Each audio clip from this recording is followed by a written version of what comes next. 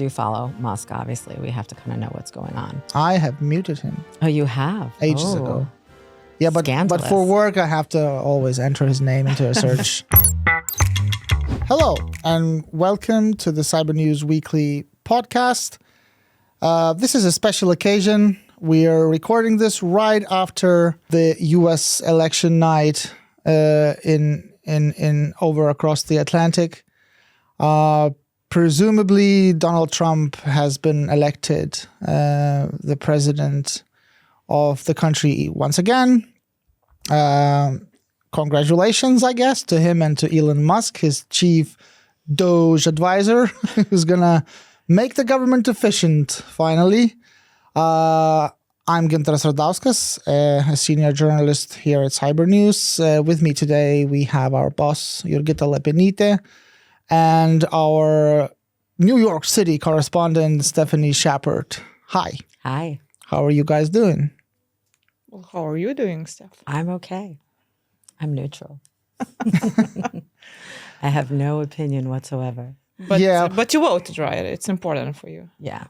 Of course, voting is the whole process is very nice. I think as a civic action, I guess.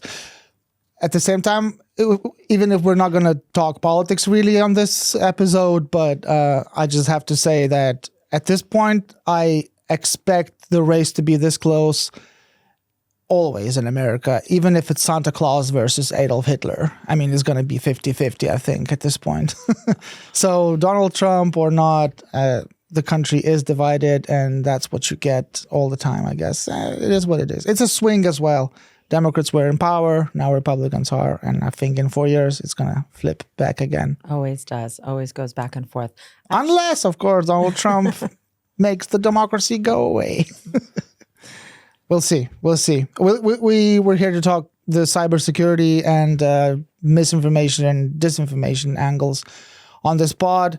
But honestly, after last night and after a pretty interesting but also at the same time quite predictable election campaign, we don't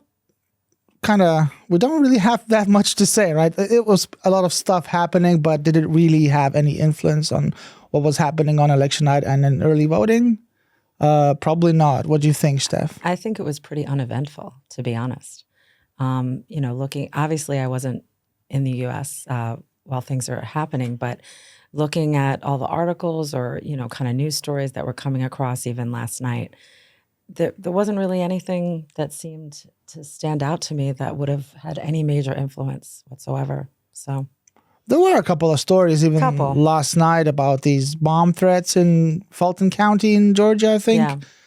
And immediately people started talking about the Russians being at fault again because the emails were sent from the .ru domains. Mm-hmm. But even the director of this Cybersecurity and Infrastructure Agency, security agency, said that there's not enough evidence to point a very fat finger to Russia for this. And I think that would be quite a different picture online if, let's say, Kamala would have taken the lead from the beginning, right? Because we know that it's Musk and Trump who orchestrate a lot of disinformation online, right, and amplify some of these narratives, right, about disruption, election theft, and whatnot. And I think. Since he's taken the lead from nearly the very beginning, so probably his supporters doesn't feel like they need to, go and be savage online. That's my take on this. That's why it's pretty uneventful. Yeah. I was joking with our colleague Willis the other day, last week, I think, where we were talking about the whole tone of the election campaign online. And of course, there were numerous false statements about this or that fraud in this or that state in the US.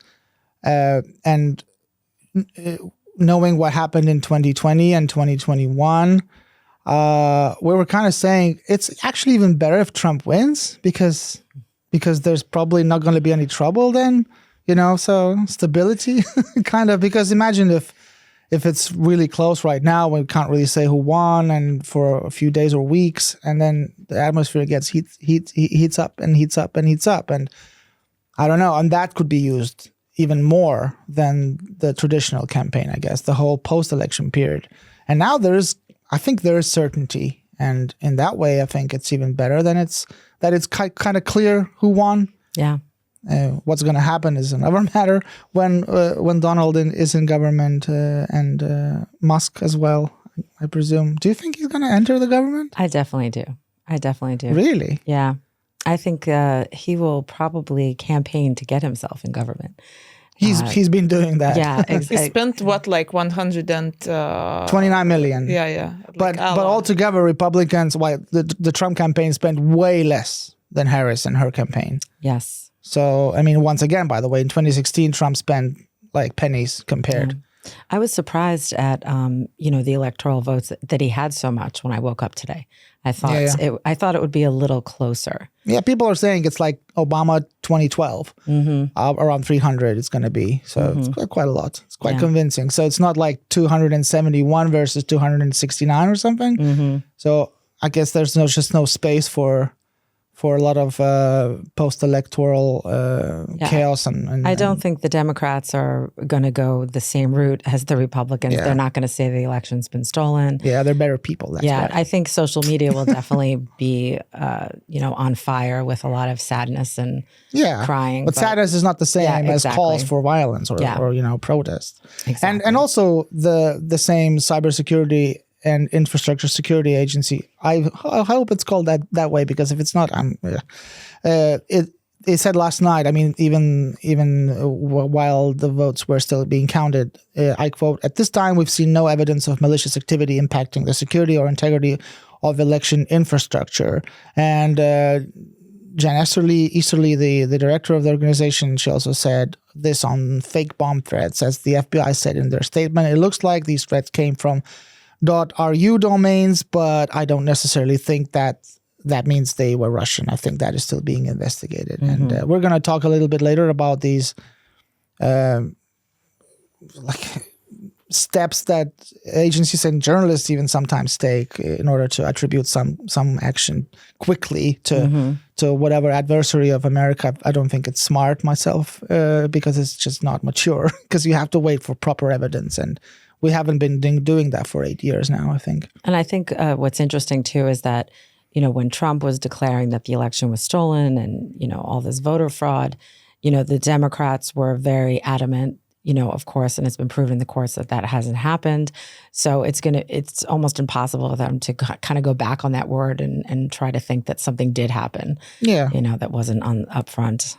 Yeah. And also again, we're going to maybe delve into this a little bit later, but with most voters already having decided what they're going to vote for, who they're going to vote for, what issues are they supporting or not. It's in their heads for forever, basically. So what makes sense for Russia is just to be there in the conversation, I guess. It's a reputation kind of initiative, I guess. And that's one of the things that, it was talked about last week, is that, yes, they put out some fake videos and whatnot, but most of the time what they do is they kind of insert themselves into conversations that are already happening. So, and we had talked about it a little earlier yesterday, that it's just a bit of confirmation bias that happens, and they just kind of instigate whoever's talking about, the issues, and, just make it a little more fervent, Yeah, essentially they employ bots and whatnot to amplify already existing narratives, like Squirrel, the peanut, right? The whole story, they just kind of, I know, they just jumped on board with that. Also, we had this whole big conspiracy theory about Taylor Swift being the Pentagon asset, right? And when we were at the Black Hat conference in Vegas this year, we met this guy from the Blackboard AI. Essentially, that's the company that kind of traces how these narratives spread and whatnot. And, they are able to kind of catch and analyze at what point something goes viral, and, how effective it actually is.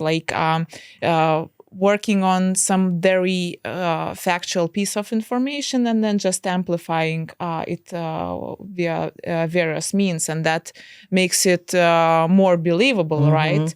Also, the government can just come knock on your door and then kill your pet, right? Oh, government overreach, right? That's one of the actual facts that happened that Republicans were capitalizing on, right? There were like, I think, 20 or more tweets from Elon Musk over the weekend, how, this poor squirrel, and there was a raccoon killed actually Yes. as well, Fred the raccoon.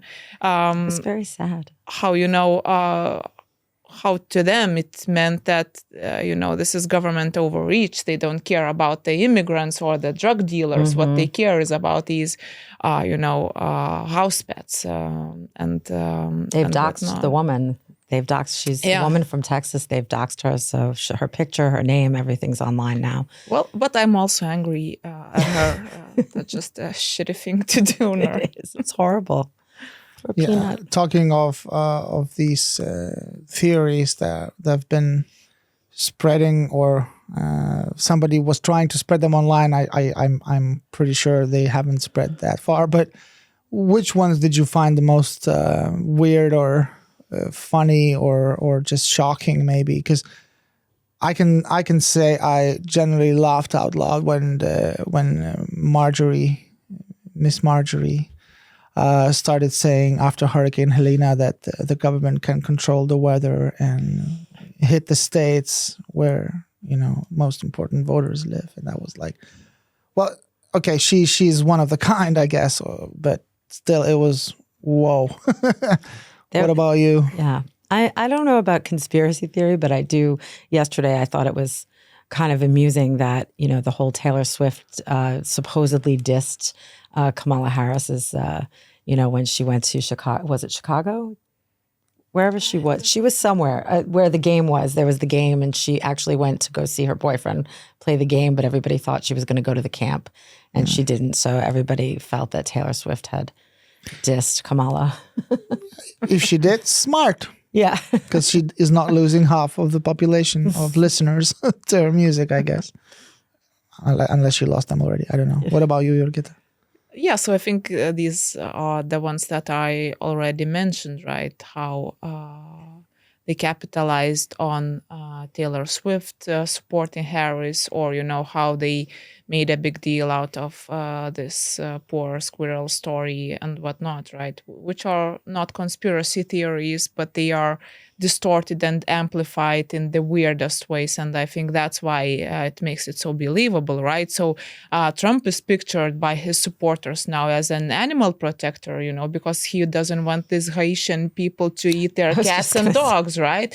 That really is the best one. And I kind of researched that one also. Yeah, so Harambe died just before the 2016 election. You remember the poor gorilla story that they had to kill her. Also, there was, quite a lot of, disturbing to me, because I love animals and many people do, right? Cecil the lion, and there was this Mario giraffe in Copenhagen as well. And historically, these are the stories that do tend to go viral, because people feel for animals. They don't feel for each other quite often, but whenever there's an animal involved, people get so upset and touchy. And this is not the first time we see, that narrative being like distorted in so. The Shiba Inu, the Dogecoin, Yeah.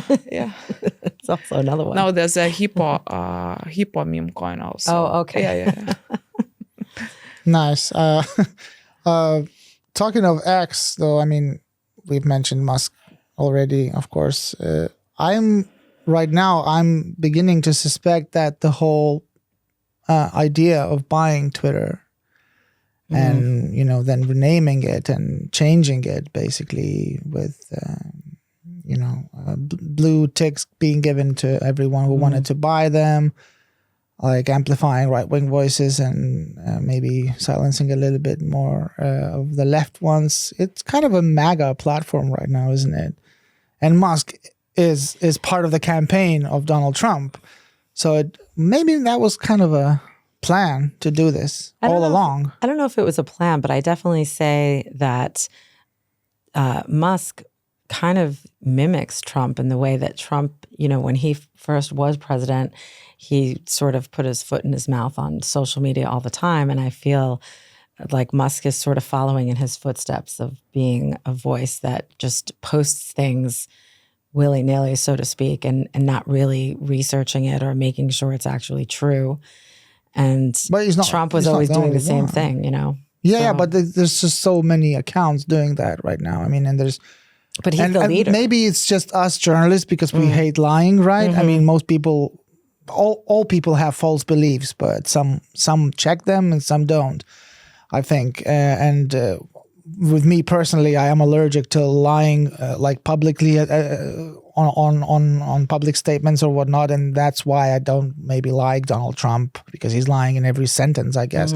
Musk is as well, but I don't know.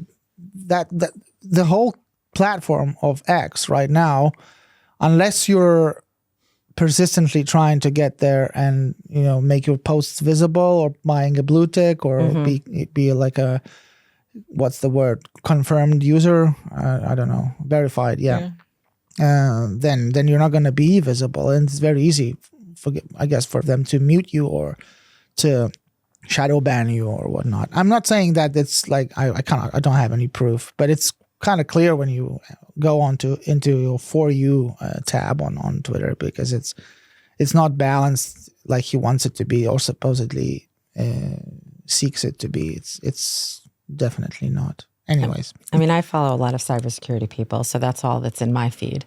Although I do follow Musk, obviously, we have to kind of know what's going on. I have muted him. Oh, you have? Ages ago. Yeah, but for work, I have to always enter his name into a search tab and then look through all his posts, like one word: true, lies, agree.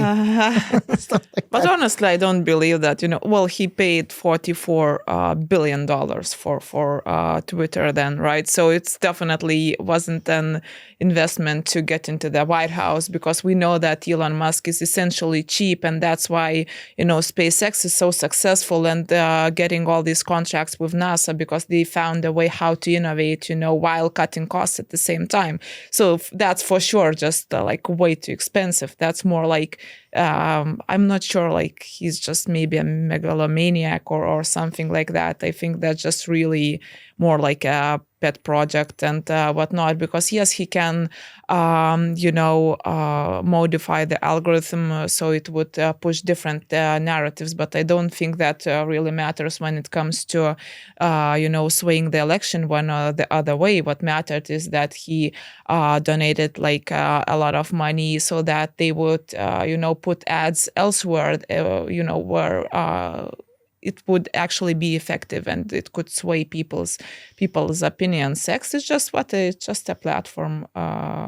People do sit elsewhere as well. So but he's now going to do it from the podium in the government somewhere. Absolutely, it's his version of Truth Social. Yeah. We had 4 years of Trump only. Now we're going to have Trump and Musk together. Well, it's going to maybe Robert Kennedy Jr. in charge of the vaccines.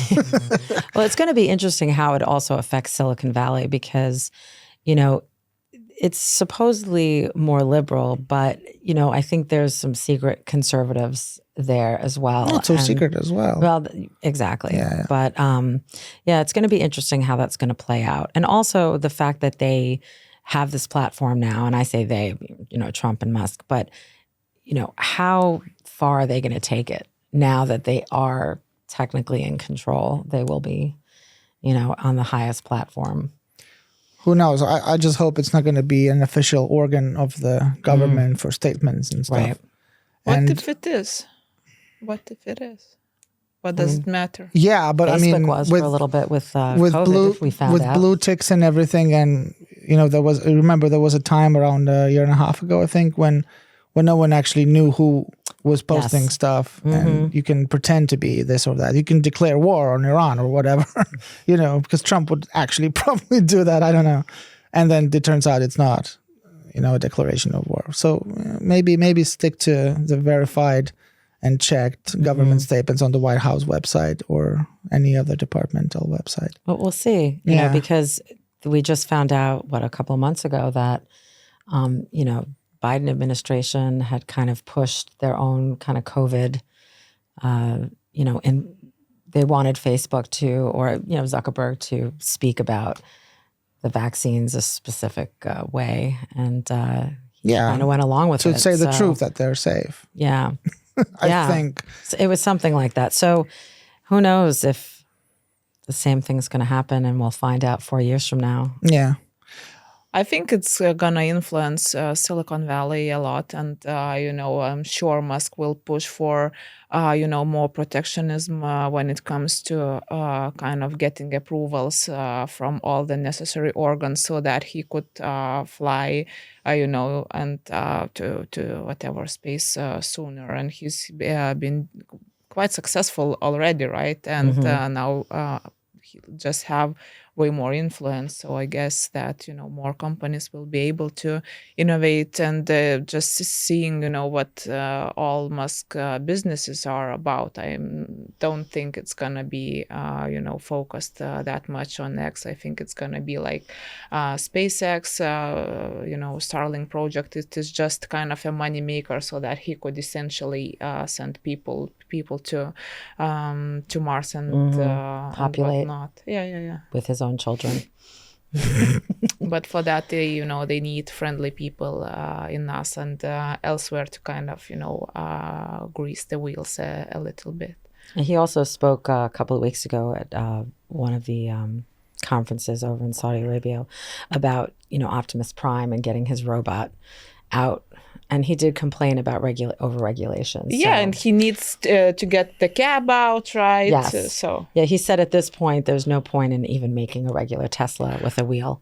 Yeah, but we have to, I think that we have to differentiate between over-regulation and sensible and needed regulation. And in the cases of SpaceX and especially Tesla, regulation is needed because of all these fatal crashes that Tesla has been experiencing and all these lawsuits. Musk definitely wants them all to go away. And with Trump in charge, I guess, it will go away. So that's one target accomplished, I Maybe guess. it won't go away. I read a lot from Musk about what he thinks about regulation. He's not saying that it is not needed. He's just frustrated by, how long it all takes to get all those approvals. And, he kind of wants to everything to be very efficient so he could try everything at scale, because all these projects like even Tesla and others, right, they're just kind of side projects for him because, his end goal is to kind of populate Mars. That's it. So he wants to kind of speed up those processes. He's not saying that the regulation is not needed. He's essentially frustrated with the whole apparatus, right? And, knowing how efficient SpaceX works, I bet that's what we can expect if they both go into the White House, right? So there's going to be definitely SpaceX kind of efficiency. Well, not to that extent, right? Because there it's crazy people working 24/7 before important launches and whatnot. But definitely we can expect, some of that commercial private sector efficiency introduced into the government apparatus. Which, as an American, I don't think is the worst thing. There's just so much bureaucracy and red tape in government that is kind of a common feeling among most Americans. As many of our listeners and viewers are aware, I am all pro-regulation, sensible again. But we live in Europe where things are regulated and we're fine. We're not that much poorer than the States, really. Well, it's going to be interesting also with AI. I mean, that's really kind of the most important thing when it comes to regulation. And also with the training of the large models. That's, I think, something that definitely needs some oversight for bias issues and things like that. Yeah, and Musk in this case has signed that letter last year, I think, in that warned about the dangers of AGI, I think, and so like developing AI too quickly, but because he doesn't like Sam Altman, I think that's why. But still, I mean, he did sign that letter. So, but then again, he owns this XAI company, which develops AI models, but Grok and such. He's touted it as being, the safe version of AI, that's what he's building. So, but this is so weird because like even with the expensive space technology, right, and where actually some lives are at stake, right, SpaceX, they've been innovating or like really at a fast pace, with the like all the regulations or compliance things coming at the very last minute, doing very last minute repairs, calling someone, flying someone in so that someone could cut a little bit of the rocket so that they could fly on time, right? And that's kind of the very opposite way of how NASA does it, right? So they get approval, then they start building something and whatnot. So that's, the bureaucratic way to do that. And Musk on the other side, first he does, can we do it? If we can, let's do it and we'll get approval on the way, right? So kind of don't believe this shit about, let's, develop AI responsibly. AI is not that deadly, as kind of having rockets falling from the sky. So what is the problem? Yeah, I don't believe him here. Neil Armstrong wouldn't have landed on the moon if the whole process was regulated as much as some processes are today.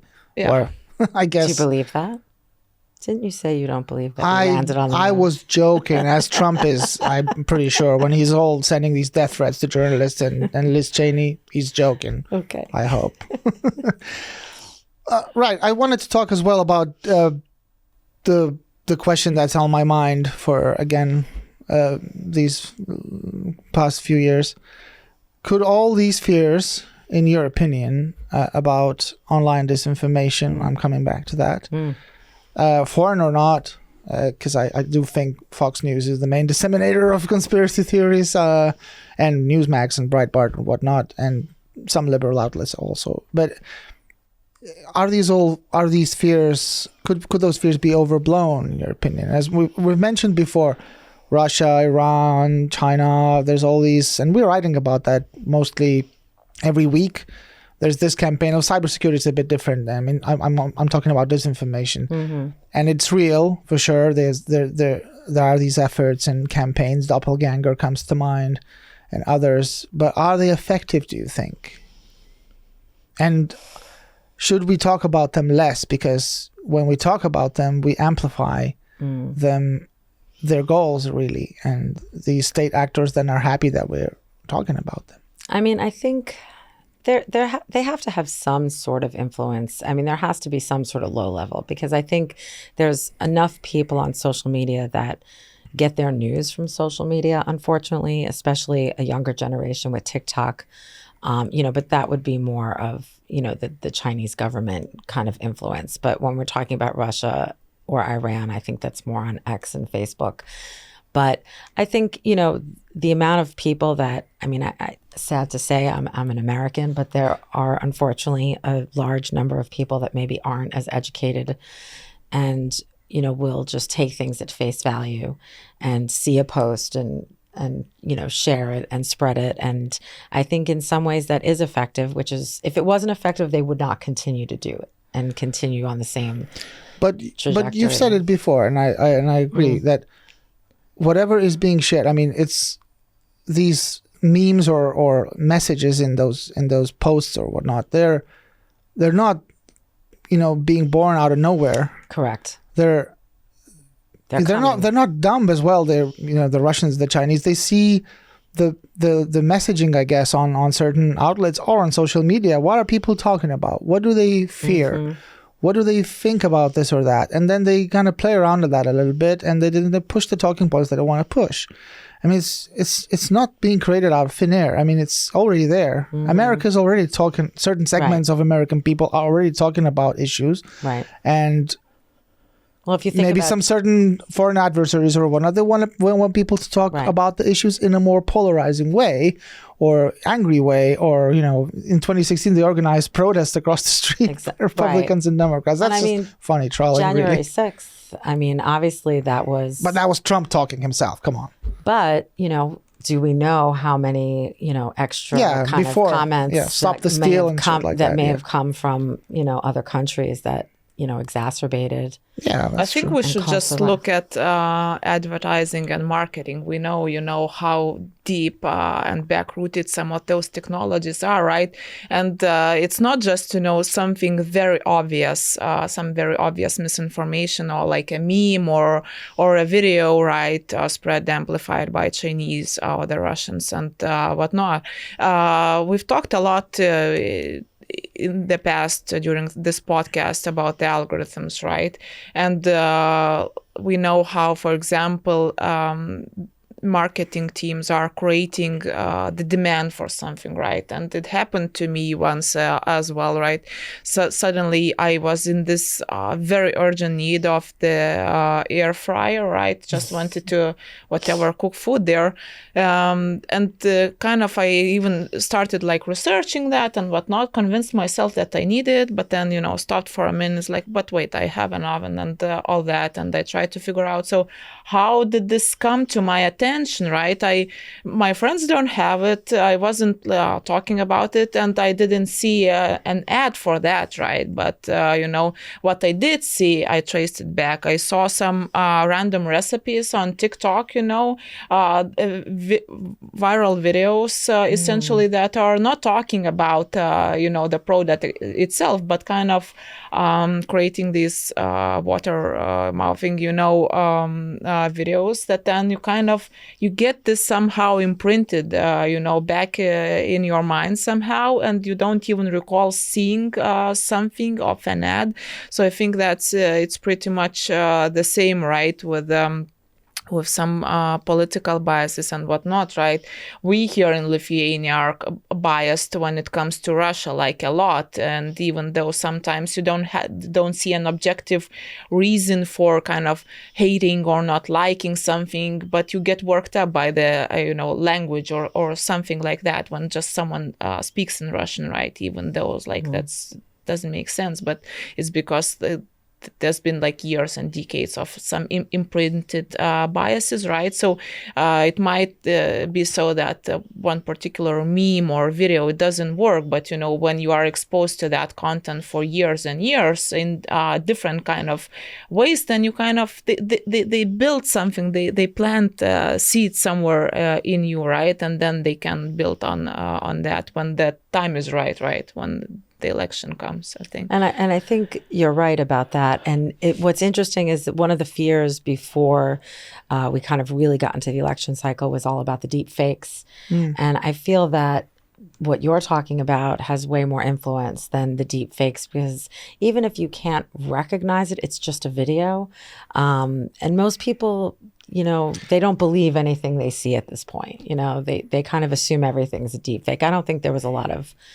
yeah, there wasn't. And plus, you don't really need AI or deepfakes when there's people talking about stuff, you know.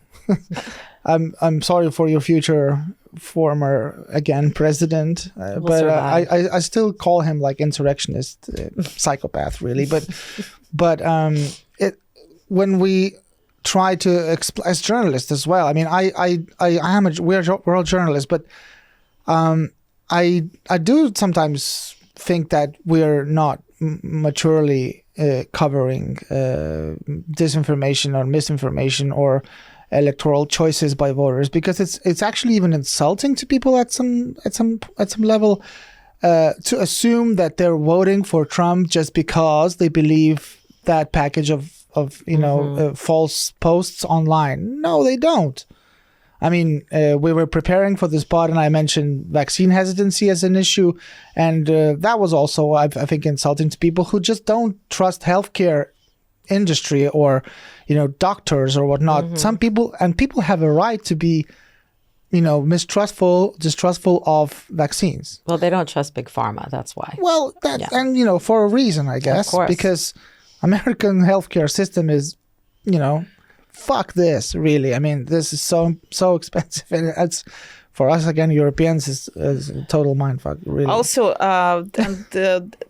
I know journalists in the US are talking about this a lot, that we don't talk to people enough, like we rely on surveys and polls and whatnot. And when you read that someone is distrustful about the vaccines, you just think, oh, they are crazy, right?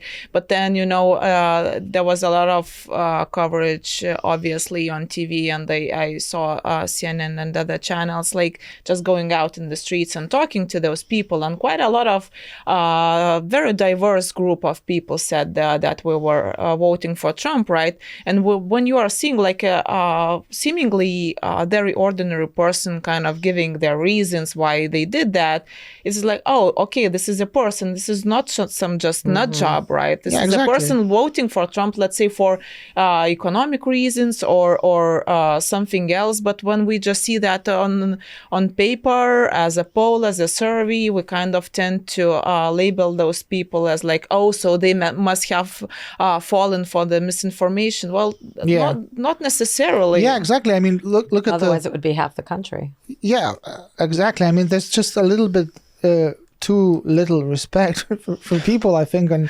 the media and mainstream media as well. I mean, local media is kind of bouncing back, so that's great.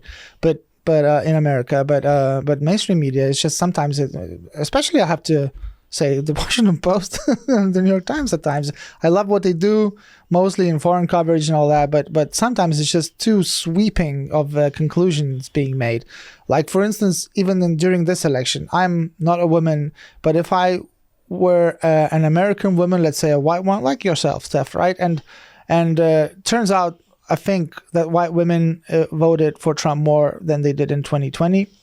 This time around, and the reasons are... I heard the opposite, but because of the abortion issue. But yeah, but that's what I wanted to mention. Yeah. I mean, I think I saw a woman being interviewed somewhere in a swing state, and she voted for Trump, and everyone was talking about reproductive issue, right? So abortion, pro-choice, pro-life, and the Roe v. Wade debate and all that. So yeah, we have to vote Kamala because she's going to take away. He's going to take away your right to get an abortion, even if your life is in danger. But she said, I'm not a one-issue voter. I have a lot of issues. I'm a person who cares about abortion maybe less than, the money in her pocket, which she has less of. Right. So, maybe she's Catholic. And also, I mean, all these conspiracy theories about migrants being, I think it's a conspiracy theory being bussed in through Mexico and then being brought to swing states. They're mostly Catholic. And I think Florida and Texas and parts of Arizona, they've already proven that once they kind of mature and another generation grows up, they start voting Catholic, which is Republican. So, I mean, come on. I mean, people are too complex to just maybe divide them into all these little drawers. But people still do that, like everywhere, all the time. Yeah, like, of course. Oh, if you are a woman, so you should vote for a woman. Where's the solidarity? Come on. And yesterday I also received the question. So how come, an immigrant, a voting immigrant, can vote for Trump? Because what do do they want to, deport all the immigrants? Well, they're not equal, every immigrant in the country, right? Of course not. It's not that just black and white, but people still do that everywhere. Yeah. And it's all this conversation, black people are going to vote for Kamala. They're also different people. Right. Latinos, Hispanics, I don't know what's the proper word now, I'm sorry. But, I mean, they're all different people, black, white, brown, whatnot. I mean, they do have their own agendas, and that's fine. That's actually respectable. Of course. And, you were saying also about social media, about people not respecting each other. Part of that is the anonymity that social media provides people. And, social psychology has proven time and time again, if you think that someone can't find you or call you out, even, you have a fake name on social media, you have your own handle, it makes Ask the NSA if you're really anonymous on there. But also the open source intelligence community is growing quite fast, True. right, online, and now everyone is kind of a little detective solving murders and whatnot, and doxing that woman, right, who filled the complaint about those. She deserved it. She did, but I mean, so you are not really anonymous online, right? You kind of, you are full of rage and you feel like, oh, you can put that rage online, but then someone can think the opposite and it's like, oh, no, I will put your name and picture online and further kind of fuel that hate. So, yeah.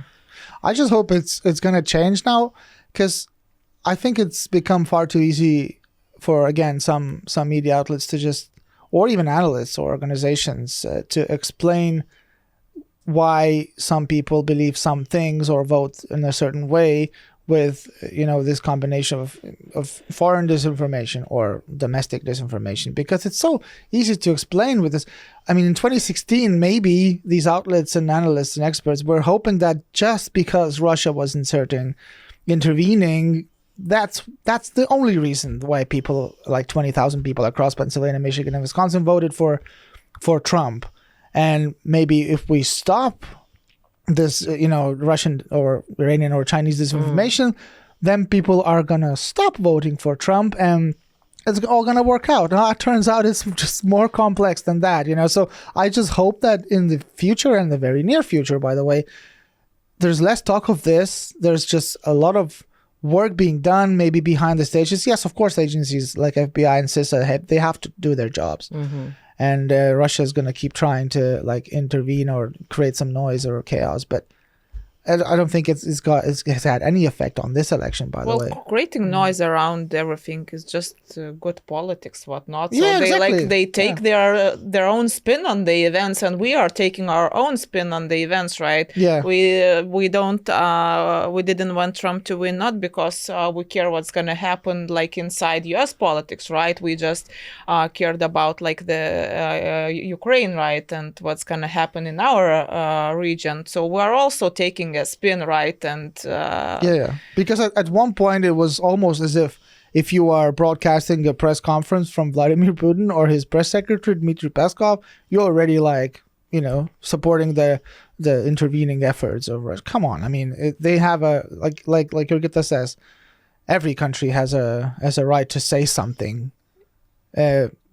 Publicly, of course, but a lot of fact checking needs to go. Of course, you can't of course broadcast it without context. That's where the problem lies, right? The lack of context in many things. Yeah, but sometimes it's hard. Imagine Trump saying 100 lies in a minute. How are you gonna fact check? So either you don't broadcast him, or you kind of put all your effort to debunk the shit that he says. One of the things too that you were just saying about people, how the mainstream media, had kind of judged people as not being so smart, and there's more than one issue. I think that was a little bit of a backlash from people, that they could have even voted for Trump just to be like, don't pigeonhole me, and even these rallies in the last couple of weeks, right? Oh, Kamala has attracted these stadiums in various states. Who cares? I mean, if I lived somewhere in Pennsylvania and all these people were so enthusiastic and excited, I don't care. I'm just going to vote for whoever I want in my own way. I don't have to show off all the time, So that's also a bit of a problem. Fashion doesn't mean anything in elections and shouldn't. Right. Yeah. Okay. Should we shut it? Should we shut it? Shut it, please. Shanice. Thank you for watching or listening to our very smart post-election night coverage. Yes. Stephanie Shepard, Jurgita Lepinite, and Gintaras Radauskas. We're saying goodbye